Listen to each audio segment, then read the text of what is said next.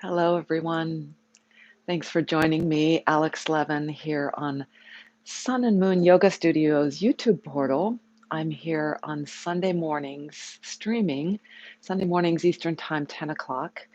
And for our meditation together, I talk a short time, and then we have about a 12-minute meditation together. You can, of course, find this video later and a different time, anytime after it's recorded. Thanks for being here today. So if you're joining me, you've got some interest in meditation or something else, some other reason you're joining me, I'm not sure. And I have shared before how on the retreats Jackie and I would take with, usually anywhere from 5 to 7 days, the meditation retreats with Adyashanti. He often started off the retreats saying this little koan-like thing: don't miss this opportunity. I wasn't real sure of what opportunity he was referring to specifically, because it seemed like there were many opportunities there. And that's probably true, and that's why it's a bit of a koan, like there's probably many answers, and your own answer will vary at different times. So my theme today, there's no place like home. I've been interested in the last months as my teacher, Russell Delman, has pointed to one of the ways to think of our meditation practice is that we are coming home. Initially, I needed to change that for myself, the pointer for myself, as that I'm just right here. That was useful for me for a while. Home didn't seem to grab me at that time for me, but it's morphed a little bit, and this idea of home has is hitting home is hitting home. So my thought today is, how do we get at that maybe it feels like a place that we're coming to in meditation, or a state it might be called, and there is something that draws us, just like when we've been away from home a long time, or we've been on vacation, or we miss home.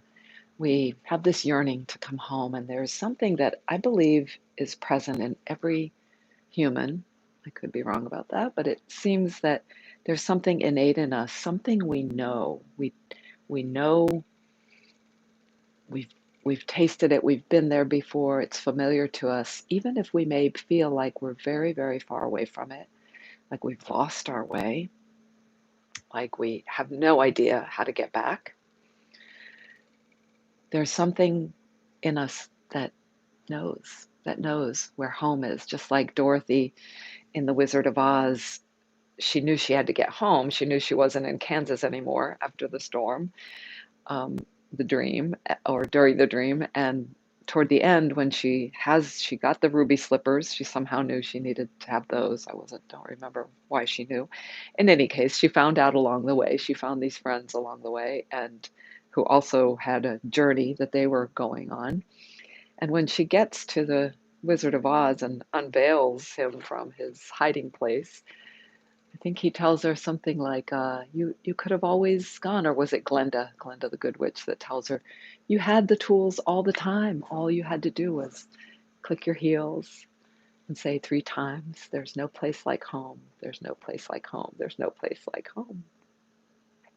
So we know, and I think that's something in us that draws us to this practice, or whatever means we find, what tools, what means we find to get there. The other piece that I'd like to remind myself and you today is that the word home, and even though we may use that sort of like a mantra, or there's no place like home as we sit today, is not the place itself. You can conjure up even images of home, draw pictures of home, have the address of home, have the word of home, and it's still not the thing itself. And the thing itself is something prior to all words, and yet it is prior, suggests a time, a succession of moments. It is something that is available. Actually, I think it's only available right here in the now moment. So let's practice it, because as we practice it, we start to feel, know how to be at home, at that home that is here, anywhere, anytime, even with our various journeys, whether it's our different orders of magnitude of this description, whether it's ways we think of ourselves, our identity, whether it's activities we're bound up in, whether it's troubles and challenges we're having, whether it's delightful, peaceful times we're having. When we practice, we start to be more aligned and connected with what, with that home that's already right here. And there's actually nothing we need to do to be here, and yet we need to practice to remember and help us access that. So let's do that. So important to set up your seat. I'm sitting on a folded blanket, and set up your seat so that you are very comfortable and stable for these 12 minutes. I will start with a bell and a bow and a few pointers as we go along during this mostly quiet. You'll hear my voice, you might hear my dog snoring, you may hear the fan and sounds from outside. And that we stay still, that we aim to stay still during this 12 minutes. So the comfort of our body is important. The alignment that helps us feel comfortable right here.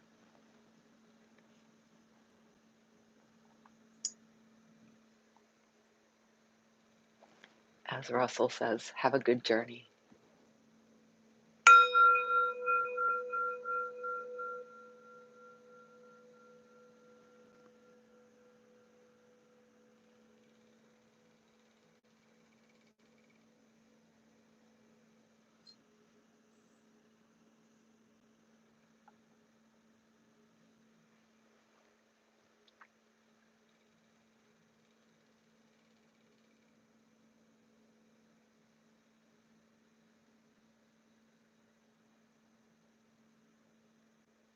So it can be very useful to spend these first couple moments settling the body, even as you've set up the seat. Settle just as if the water level, the imaginary water level inside the body is coming down, down, down.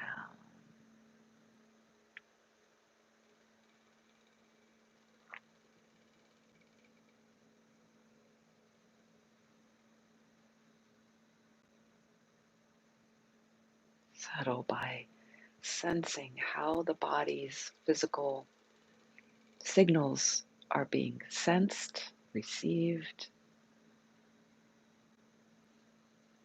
especially at the parts touching the ground, and how the hands or wrists touch your legs,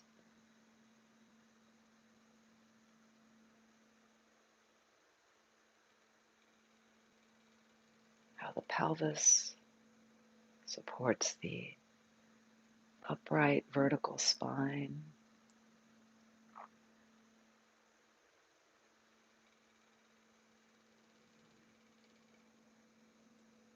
And in that settling, you may start to feel the opposite presence of levity,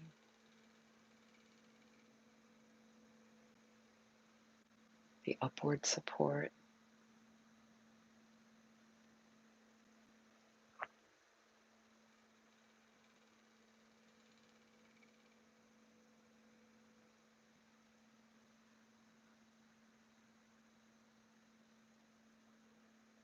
And so we can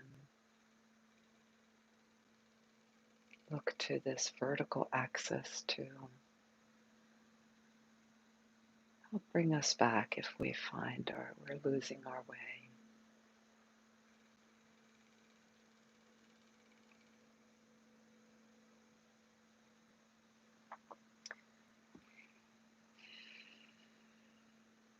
And the eyes may be closed or they may be just barely open, unfocused, gazing down at the ground in front of you.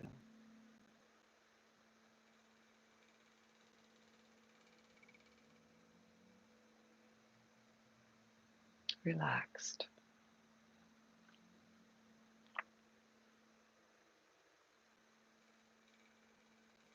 And we start to open to the horizontal sound, light, space.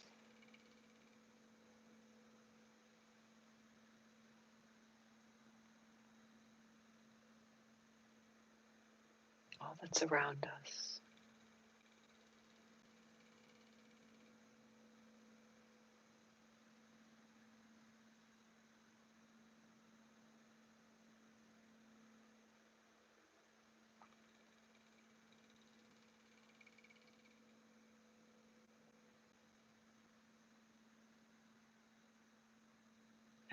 And more we just rest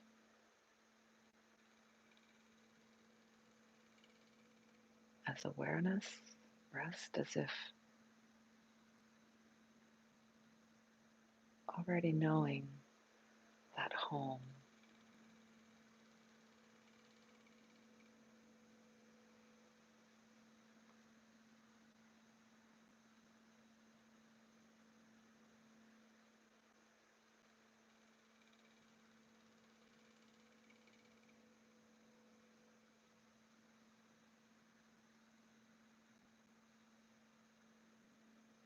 Effortlessly, we also know we are breathing.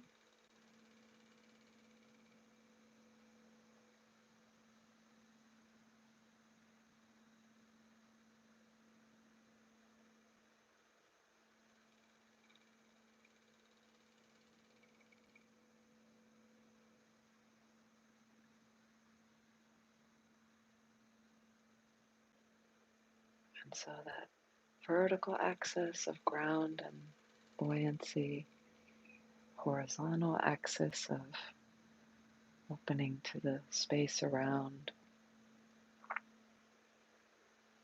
And ourself is included in this. There is relationship here. And an attunement to breath. And perhaps to this theme of home.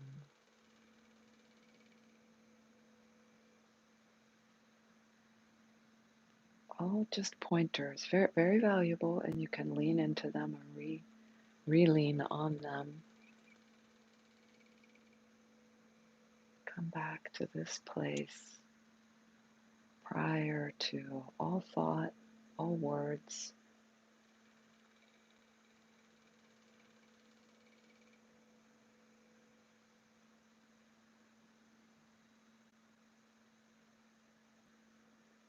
Sense of your true being, timeless and boundless.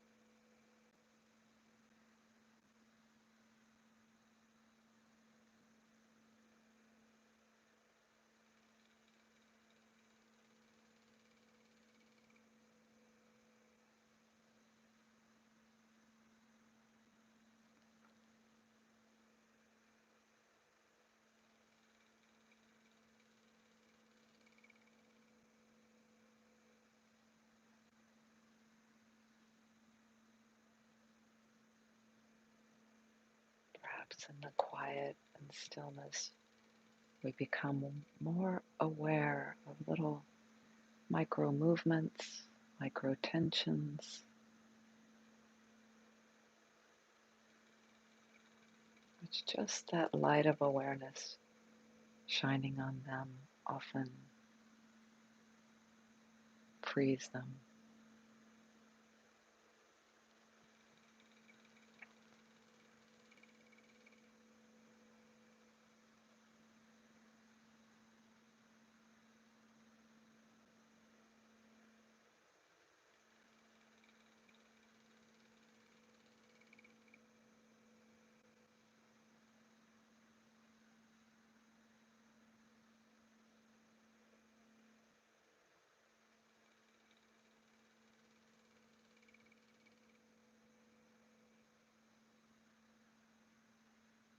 Perhaps there's a little bit of joy available at the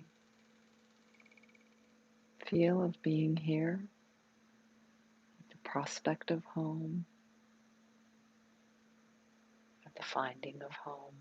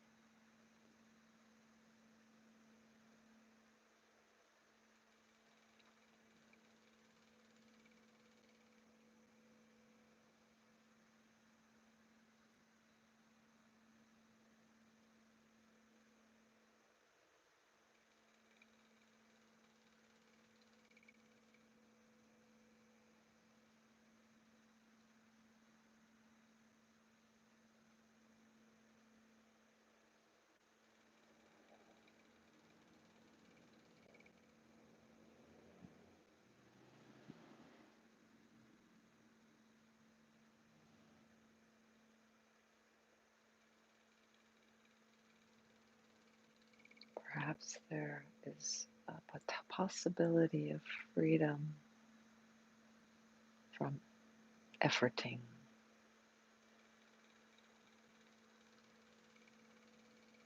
There's nothing to do to attain this. Nothing and no merit needed, no worthiness. It's simply a recognition.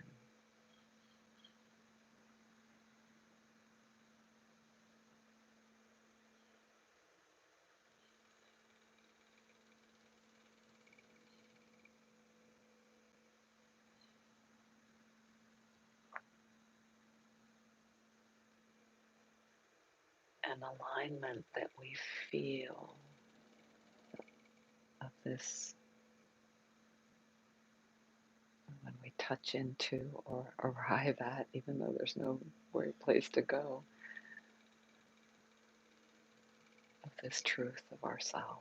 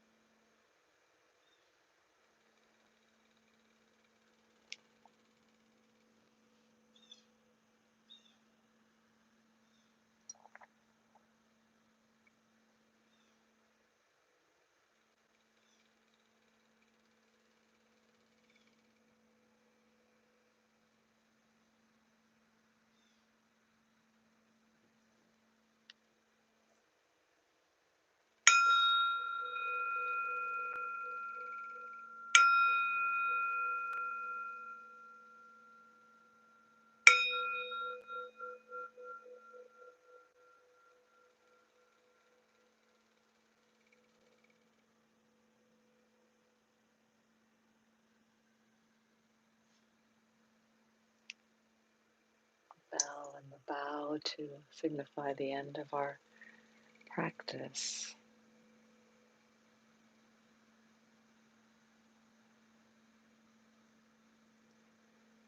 And perhaps You have the luxury to sit for a longer time if you like.